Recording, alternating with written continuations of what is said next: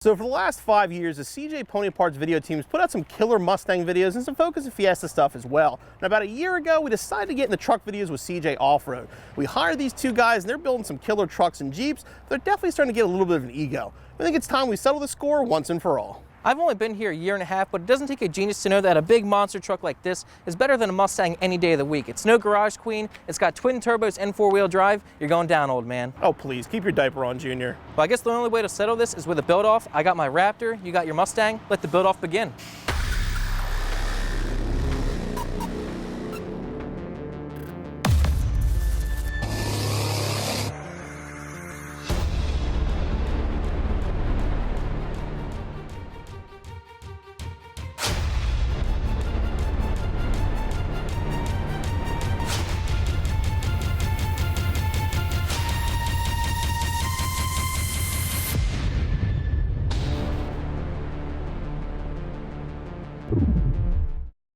I always thought it'd be fun to put Pony Parts against CJ Off-Road. We build lots of cool stuff. We obviously do lots of different videos. We're all team at the end, but this would be a fun way to kind of stick it to the off-road guys. What has off-road done? I mean, yeah, they built a truck last year, but let's be honest, we had to hold our hand the whole time, and we'd let them borrow the tools to build the thing anyway.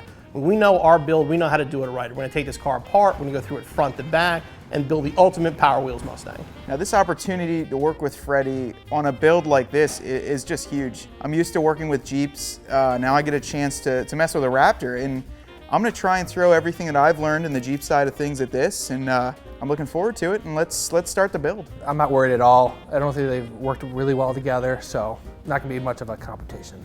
Well, this is the first time I've been working side by side with Matt on a project, and it's pretty stressful. He's pretty ballsy and... No, Freddy. What? Freddy. What? Let me do it like this. You don't Dude, need to use the extension and the breaker bar and all I called you in that. to help me, not be annoying. Really? Yeah. You know what? Do it yourself. Tries to tell me to do things and... Freddy, the age limit from 5 to 7 is for people riding it, not working on it. We've been butting heads, but I think we made up. I think we worked out our differences. One word to describe Freddy, it's, I would say scary. You know, he's really a loose cannon, but, you know, he doesn't know is that I'm a loose cannon too. Brendan's been my extra set of hands for a while on our videos. He definitely knows his way through cars. He works on a lot of small cars on his own personal time, so something like this is right up his alley. But when I keep him focused on something, he does a pretty good job of it. And I know as far as quality mechanics and hands and someone I can trust, I definitely got the best guy on my team to build this car. Even if he does have that misconception the other day of him teaching me how to do stuff.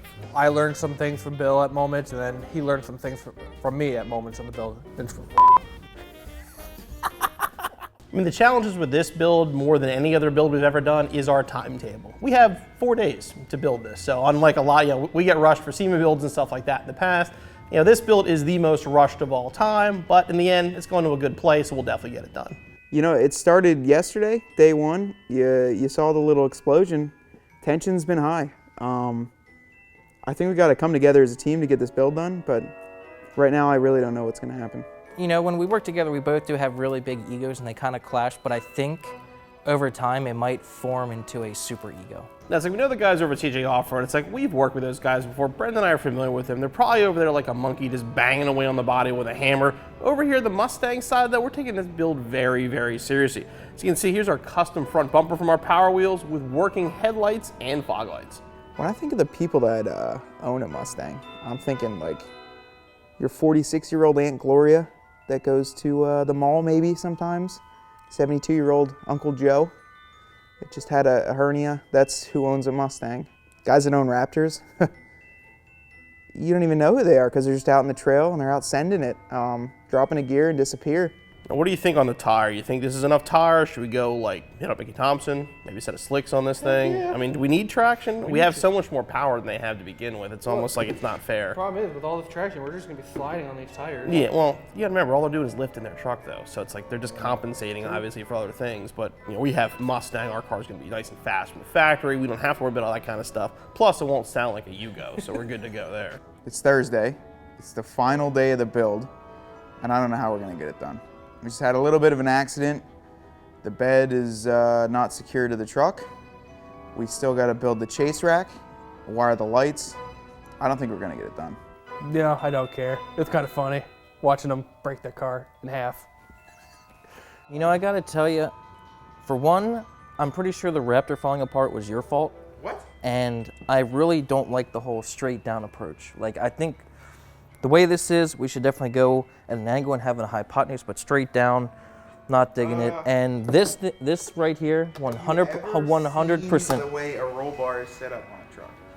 Do you even? They go straight down. You don't own a truck. You don't either. Dude, the only thing not making sense here, like this makes sense. The only thing not making sense is you.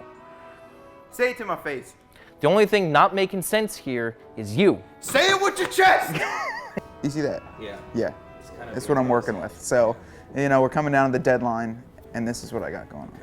Basically, I can tell you this from experience, building a SEMA car has nothing on building a Power Wheels. I mean, the amount of time we have to build this car and the amount of things we have to do is pretty crazy. And we got to the point last night where the car was completely assembled. I even put some teasers on Facebook and Instagram. People loved it. Car looks great. Me and Brendan sort of looked at each other and we're like, you know what? We can do better. So last night we stayed pretty much all night, stripped the entire car down one more time to bare plastic and repainted it.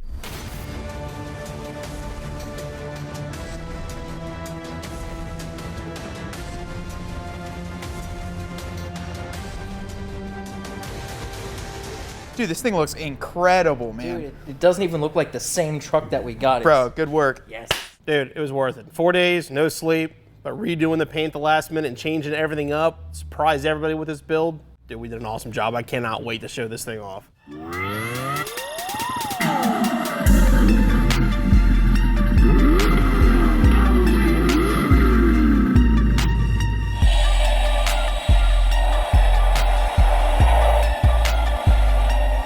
With both vehicles being finished, we had to have them thoroughly tested before we could give them away. So we brought in 2 professional Power Wheels testers to put them through the paces.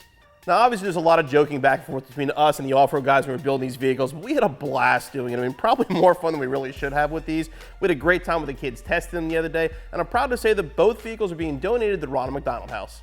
Now that the build off is finished, we want to know what you think. Cast your vote right here and let us know which build you think is better. And from all of us here at CJ Pony Parts, happy holidays.